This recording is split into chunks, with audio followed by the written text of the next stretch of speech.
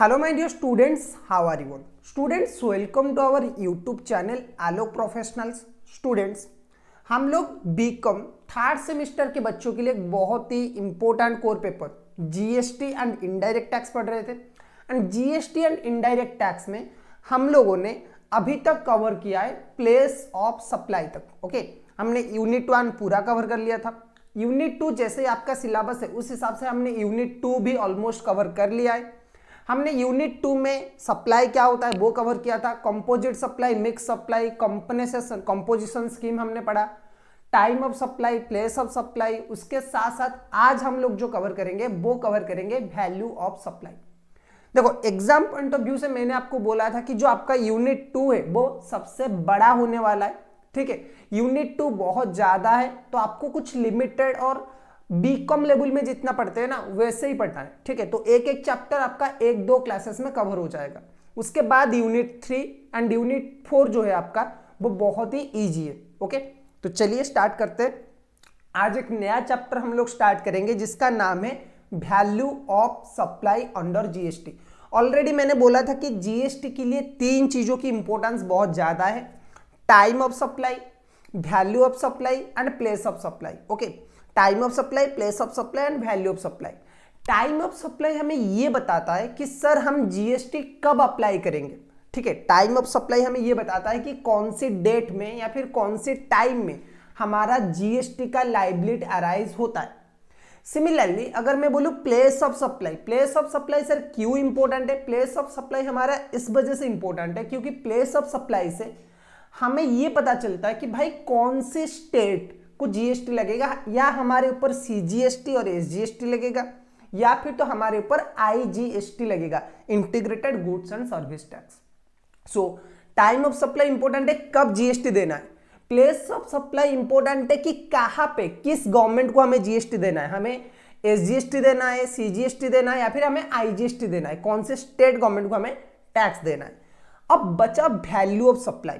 और ये value of supply क्या बोलता है सर? वैल्यू ऑफ सप्लाई बोलता है कि भाई कितने अमाउंट के ऊपर जीएसटी देना है, कब देना है पता चल गया, कहां देना है पता चल गया। अब बचा है कि कितने अमाउंट के ऊपर जीएसटी देना है, कितने का जीएसटी देना है, कब देना है, टाइम ऑफ सप्लाई, कहां पे देना है, प्लेस ऑफ सप्लाई, एंड कितने अमाउंट के ऊपर देना है, that is your value of supply. तो ये जो तीनों चैप्टर है वो आपस में इंटर रिलेटेड है। अगर आपने एक भी कॉन्सेप्ट को छोड़ दिया ना तो आप जीएसटी कैलकुलेट नहीं कर सकते। ठीक है, तो आज हम लोग कवर करेंगे value of supply. Right sir, तो सर वैल्यू ऑफ सप्लाई का मतलब क्या है? जो भी आपका एमआरपी लिखा हुआ है या फिर जो भी सप्लायर ने हमसे प्राइस लिया, जो जिस दुकानदार से हम कुछ खरीदते हैं ना, उसमें कोई भी प्रोडक्ट हो उसमें एमआरपी लिखा होगा। अगर एमआरपी लिखा है तो एमआरपी तो आपका है ना वैल्यू ऑफ सप्लाई? नहीं, MRP students value of supply नहीं होता है। मैं आपको एक चीज बता दूं कि एमआरपी जो है, कोई भी प्रोडक्ट, आप एक आईफोन खरीदने गए, आप कोई ड्रेस खरीदने गए, आप जो शॉपिंग मॉल जाते हो ना, शॉपिंग मॉल में वो ड्रेस वगैरह होता है कि 299 हो गया, 9990 हो गया, तो जो भी प्राइस होता है ना वो वैल्यू ऑफ सप्लाई नहीं है, क्योंकि उसमें बहुत सारी चीजें ऐड किया जाता है, बहुत सारी चीजें माइनस किया जाता है। और सबसे इंपॉर्टेंट, जो एमआरपी आप देखते हो ना उसमें लिखा होता है इंक्लूसिव ऑफ ऑल टैक्सेस, यानी कि उसमें जीएसटी भी सर मिला हुआ होता है। ठीक है, तो जीएसटी मिला हुआ होता है, इस वजह से उसे हम वैल्यू ऑफ सप्लाई कंसीडर नहीं करेंगे। तो हमें यह सीखना पड़ेगा कि सर वैल्यू ऑफ सप्लाई क्या होता है। तो चलो देखते हैं क्या लिखा हुआ है यहां पे। देखो, वैल्यू ऑफ सप्लाई के लिए बहुत इंपॉर्टेंट पॉइंट है, under GST tax is not charge on MRP और profit but on the value of supply. क्यों वैल्यू ऑफ सप्लाई इंपॉर्टेंट है? मैंने आपको बोला कि एमआरपी, जीएसटी किसी ना किसी, जीएसटी किसके ऊपर हम चार्ज करेंगे? जीएसटी तो परसेंटेज में, कि जीएसटी जो है वो 5% है या फिर 18% है या फिर 28% है, 12% है, ऐसा है। तो ये जो 12%, 5%, 18% ऑफ होम, कौन सी वैल्यू का आपको ये परसेंटेज लेना है? तो ये आएगा value of supply. And it's definitely ये एमआरपी तो नहीं है, क्योंकि एमआरपी जो होता है वो इंक्लूजन ऑफ टैक्सेस होता है। एमआरपी जो आपको शो किया जाता है, आप आज आपके पास कोई भी प्रोडक्ट देख लेना, आपके पास एमआरपी जो लिखा होगा ना वो लिखा होगा inclusive of taxes, inclusive of all taxes. तो इसीलिए एमआरपी जो है वो वैल्यू ऑफ सप्लाई नहीं है। The value of supply means the price or the amount on which GST is calculated. Value of supply क्या है? जो अमाउंट और प्राइस है जिसके ऊपर हम जीएसटी कैलकुलेट करेंगे। This value must be determined as per the provision of the CGST act. इस वैल्यू को हमें सीजीएसटी एक्ट के हिसाब से निकालना पड़ेगा। GST applies only when supply has a value. GST sir तभी अप्लीकेबल होगा जब सप्लाई का कोई वैल्यू होगा। हाँ, भले ही कुछ सप्लाईज है विदाउट कंसिडरेशन, जिसमें कोई कंसिडरेशन वगैरह नहीं होता है, but definitely they have value. तो जीएसटी तभी एप्लीकेबल होगा जब सप्लाई का एक वैल्यू है। सप्लाई का अगर कोई वैल्यू नहीं है तो जीएसटी एप्लीकेबल नहीं होगा। Therefore determining the correct value of supply is essential and it is as incorrect valuation may lead to short payment और excess payment of tax.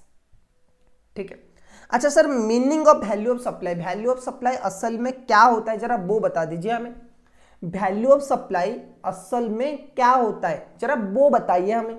Okay, देखो वैल्यू ऑफ सप्लाई का मतलब मैं बोलूं students, the value of supply is the transaction value. हमेशा ये बात याद रखना, remember the word transaction value, ये बहुत इंपॉर्टेंट वर्ड है। Value of supply is the transaction value which means the price actually paid or payable for the supply of the goods or services when देखो क्या बोल रहा है कि sir value of supply का मतलब क्या है। Section 15 of the CGST act okay 2017 section 15 subsection 1, आपको सेक्शन याद रखने की जरूरत नहीं है।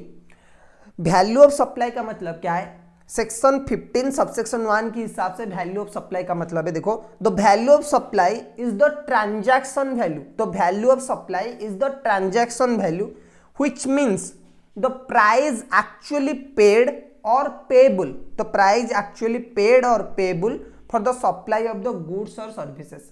बोल रहा है कि वैल्यू ऑफ सप्लाई का मतलब क्या है, ट्रांजैक्शन वैल्यू।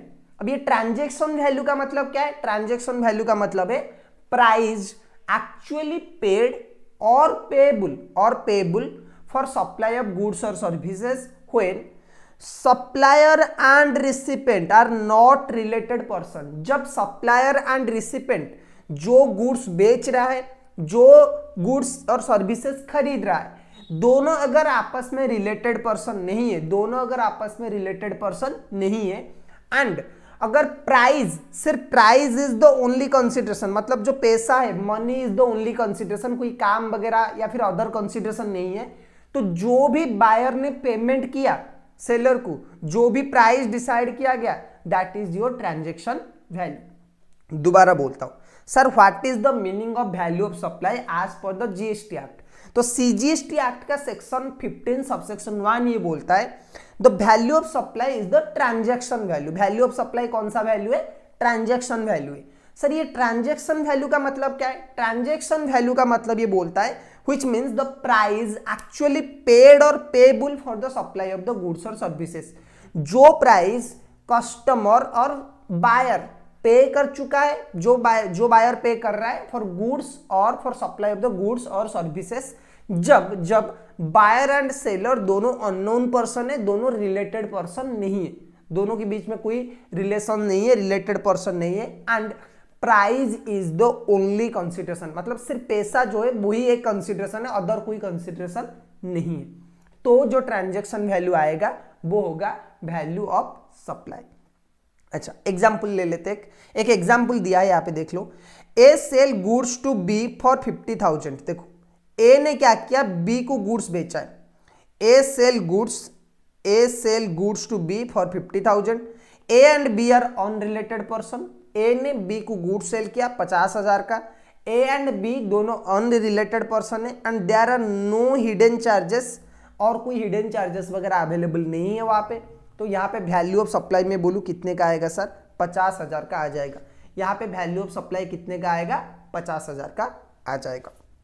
अच्छा अब सबसे इंपॉर्टेंट पार्ट है कि सर जो वैल्यू ऑफ सप्लाई है, जो ट्रांजैक्शन वैल्यू है, उसमें क्या क्या चीजें ऐड होगा और क्या क्या चीजें लेस होगा। जब हम निकाल रहे when we are calculating transaction value जब हम निकाल रहे हैं ना, तो उस केस में ट्रांजैक्शन वैल्यू में कौन कौन से चीजें ऐड होगा एंड कौन कौन से चीजें माइनस होगा, which are the items added in the transaction value and subtracted from the transaction value। देखो the following items must be added to the transaction value। अब ये जो चीजें है ये ऐड होना ही होना है, क्योंकि आपको भी पता है, देखो मैं आपको एक लेमैन लैंग्वेज में समझाता हूं। सर ट्रांजैक्शन वैल्यू का मतलब क्या है? जीएसटी को छोड़ के आप एक बायर हो, आप कोई भी सामान करते हो। आप सपोज एक आईफोन खरीद रहे हो, आपने सपोज कोई ड्रेस खरीदा है, आपने सपोज कोई मशीन वगैरह खरीदा है, कुछ भी आपने खरीदा है, एनीथिंग, कोई भी प्रोडक्ट आप खरीद, आप गैस, एलपीजी गैस खरीद रहे हो, कुछ भी आप खरीद रहे हो, कोई प्रॉब्लम नहीं। एक चीज आपको याद रखना है कि ट्रांजैक्शन वैल्यू में क्या क्या ऐड होगा, जीएसटी पर्पज के लिए क्या क्या ऐड होगा।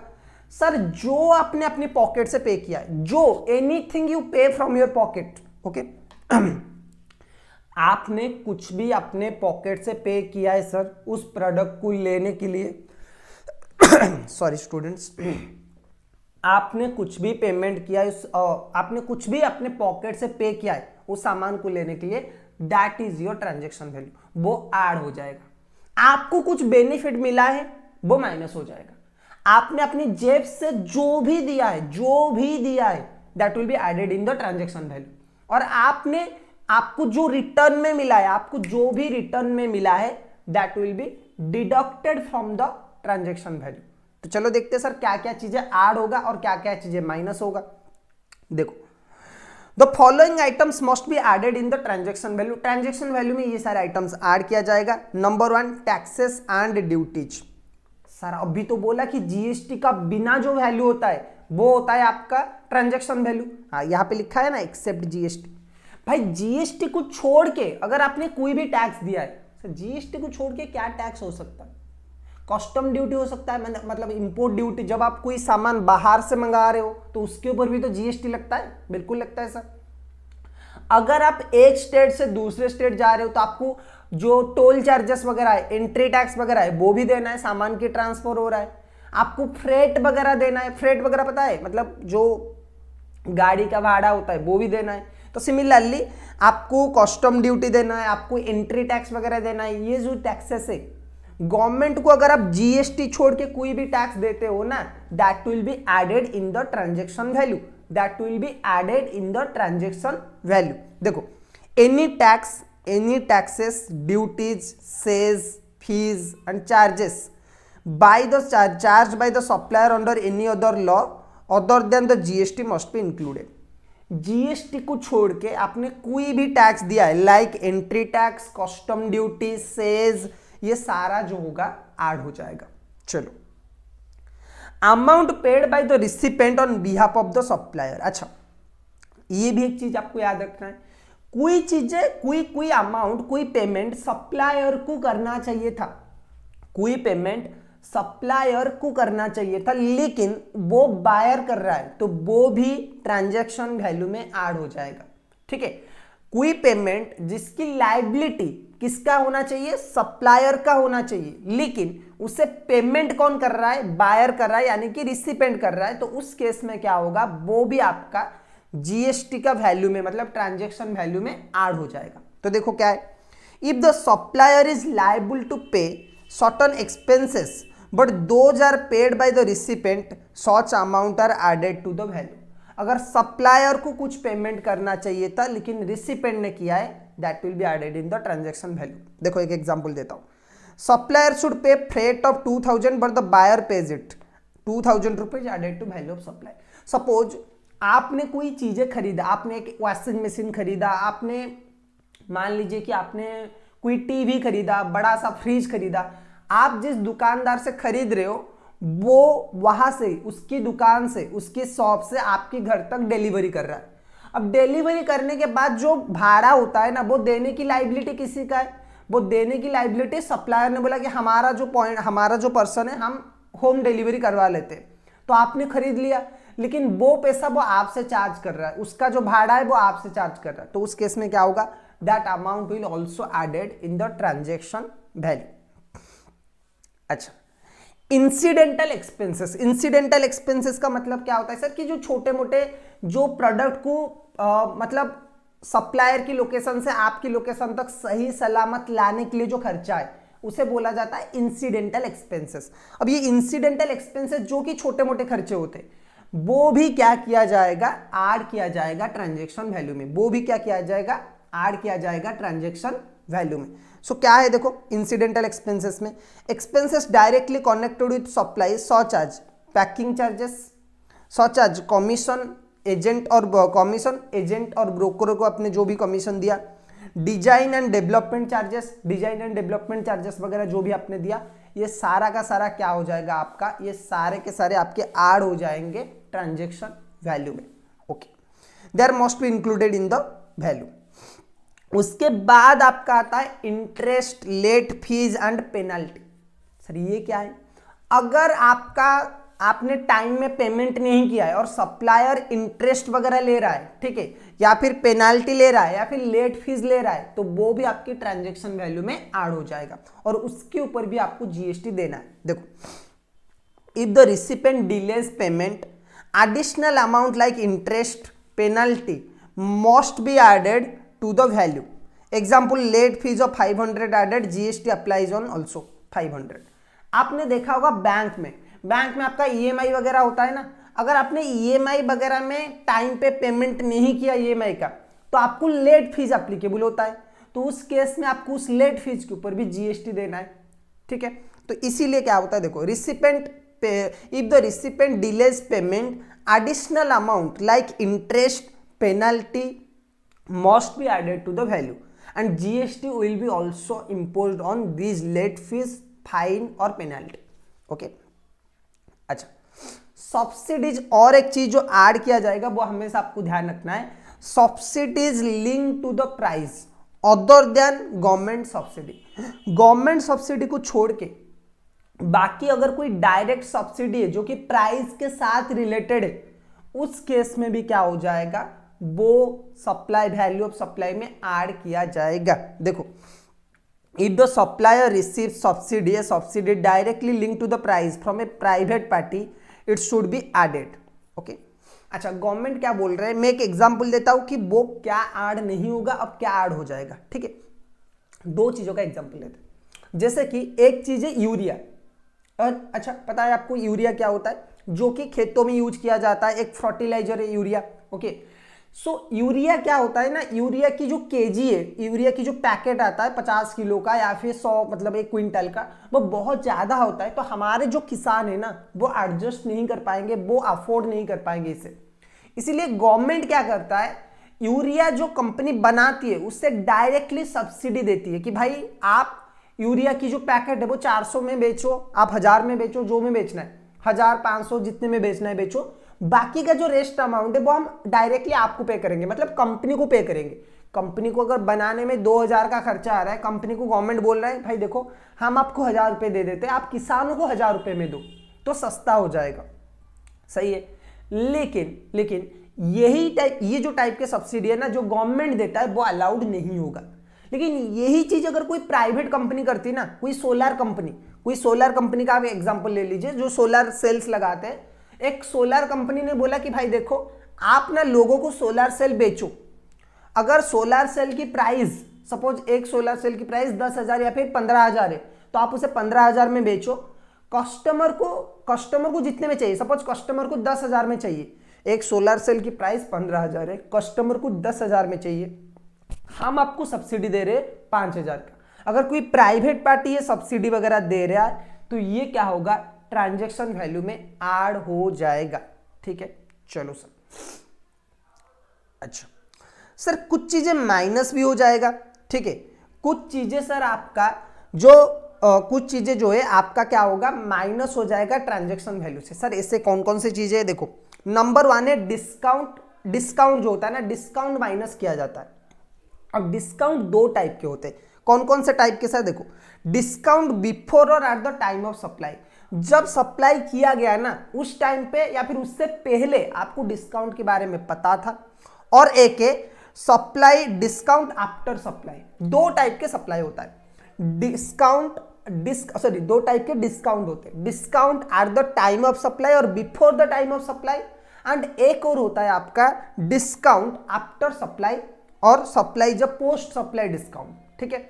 अच्छा, दोनों का ट्रीटमेंट क्या किया जाएगा, देखो डिस्काउंट बिफोर और at the time of supply, जैसे कि आप एक शोरूम में गए, आप एक मॉल में गए, by one get one offer लिखा हुआ है, मतलब 50% का ऑफ है, तो ये डिस्काउंट आपको पहले से ही पता है, before the time of supply, supply होने से पहले ये डिस्काउंट आपको पता है कि मुझे 50% का डिस्काउंट मिलने वाला है। तो अगर ये डिस्काउंट है तो क्या होगा, देखो these are allowed if mention on the invoice, अगर इनवॉइस में लिखा हुआ है ना कि 50% ऑफ है, तो आप क्या कर सकते हो, ट्रांजैक्शन वैल्यू से ये सप्लाई माइनस कर सकते हो, जैसे कि ट्रेड डिस्काउंट हो गया, फेस्टिवल डिस्काउंट हो गया, ये आपको पता चल जाएगा before the time of supply. अच्छा sir, after the time of supply, after supply कौन सा डिस्काउंट है, देखो these discount are allowed after supply, मतलब आपका सप्लाई हो गया है, ओके, आपको क्या होगा, आपका सप्लाई हो गया ना, सप्लाई होने के बाद आपको डिस्काउंट के बारे में पता चला। सर ऐसा कैसे हो सकता है सर, देखो मैं एक एग्जांपल देता हूं, प्रैक्टिकल एग्जांपल देता हूं। आप अगर कभी कार खरीदने जाओगे ना, तो कार कंपनीज क्या करते हैं, बहुत मतलब कार के जो शोरूम वाले होते हैं, सपोज आपने मारुति के कार खरीदने के लिए गए, अब कार वाले ने बोला कि सर मैं आपको 5% का डिस्काउंट दूंगा, आपने बोला नहीं 5% तो बहुत कम है, मुझे थोड़ा ज्यादा चाहिए, तो वो क्या बोलेगा, जो कार कंपनी के जो सेल्समैन है ना, वो बोलेगा सर एक काम करिए, देखो हमारा यहाँ पे ना एक रूल है, बहुत सारे कार कंपनी में ऐसा होता है, कार के शोरूम में, कि अगर हम 100 कार बेच देंगे ना, तो कंपनी की तरफ से हमें ज्यादा डिस्काउंट मिलेगा। जो मारुति का कंपनी है, जो कार हमें बेचता है, हमें सप्लाई करता है, उससे वो हमें ज्यादा डिस्काउंट देगा कार के ऊपर, अगर हम 100 से भी ज्यादा कार बेच देते। तो 100 से भी ज्यादा कार अगर हमारा एक महीने में हो जाता है, तो हम आपको ज्यादा डिस्काउंट दे पाएंगे। सर अभी आप जो खरीद रहे हो ना कार, वो सिर्फ 95 का है, ये एग्जाम्पल के लिए मैं ले रहा हूं। सपोज अभी तक हमने 95 का कार बेच चुके, अभी 5 कार है, अगर एक बार ये 100 वाला कार हम बेच लेते, हम आपको इन्फॉर्म करेंगे कि sir you are eligible for additional discount, और आपका डिस्काउंट आपको मिल जाएगा, ठीक है। तो अगर ऐसा है तो डिस्काउंट कब मिलेगा, जब 100 से ज्यादा का कार सेल हो जाएगा। तो ये होता है पोस्ट सप्लाई डिस्काउंट, मतलब आपको डिस्काउंट मिल रहा है, लेकिन जब आपने गुड्स ऑलरेडी खरीद लिया है, जब सप्लाई ऑलरेडी हो चुका है, तो ये डिस्काउंट तभी अलाउड होगा जब ये 2 कंडीशन फुलफिल होगा। देखो पहला कंडीशन है the discount terms were agreed before the time of supply, जब आप चीजें खरीद रहे हो ना, जब आप परचेज कर रहे हो, उससे पहले ये जो डिस्काउंट का टर्म्स है, ये आपको पता होना चाहिए, एग्रीड, दोनों पार्टी के बीच में ये एग्रीमेंट होना चाहिए डिस्काउंट के बारे में। एंड जो दूसरा पॉइंट है, the buyer reverse the proportionate input tax credit. देखो अगर आप एक बायर हो और आपने आईटीसी लिया है, इनपुट टैक्स क्रेडिट, तो आपने जो डिस्काउंट आपको एडिशनल मिलने वाला है, उसके ऊपर भी आपने आईटीसी लिया होगा। अगर आप आईटीसी गवर्नमेंट को लौटाओगे तभी आपको एडिशनल डिस्काउंट मिलेगा, वरना नहीं मिलेगा, ठीक है। तो 2 चीजें होना चाहिए। देखो पहला चीज, the discount terms are agreed before और at the time of supply, and the buyer reverse proportionate input tax credit, okay. If these condition are not met, discount can not be deducted. अगर ये दोनों condition fulfil नहीं होता है, तो sir discount हमें नहीं मिलेगा आफ्टर सप्लाई। बिफोर सप्लाई का सिंपल है, अगर आपको पता है कि डिस्काउंट मिलने वाला है, तो वो माइनस हो जाएगा। तो स्टूडेंट्स यहाँ पे बस हम आज की क्लास को इतने में ही रखेंगे। उसके बाद जीएसटी के कुछ रूल्स है, कुछ स्पेशल केस में वैल्यू ऑफ सप्लाई कैसे निकाला जाता है, उसका भी कुछ रूल्स है, जो कि हम नेक्स्ट क्लास में कंसीडर करेंगे। आज की क्लास में बस इतना ही। अगर क्लासेस आपको पसंद आ रहा है तो एक बार वीडियो को लाइक कर लीजिए, चैनल को सब्सक्राइब करिए और अपने दोस्तों के साथ इसे शेयर करिए, क्योंकि हमारा जो मोटिव है वो बहुत ही सिंपल है, कॉमर्स के बच्चों के लिए हाई क्वालिटी कंटेंट प्रोवाइड करना, ठीक है। और ये तभी हो सकता है जब आपकी सपोर्ट हमें मिलेगा, ठीक है। तो आज की क्लास में बस इतना ही। तब तक के लिए हम मिलेंगे फिर एक वीडियो में, ठीक है। तब तक के लिए कीप लर्निंग।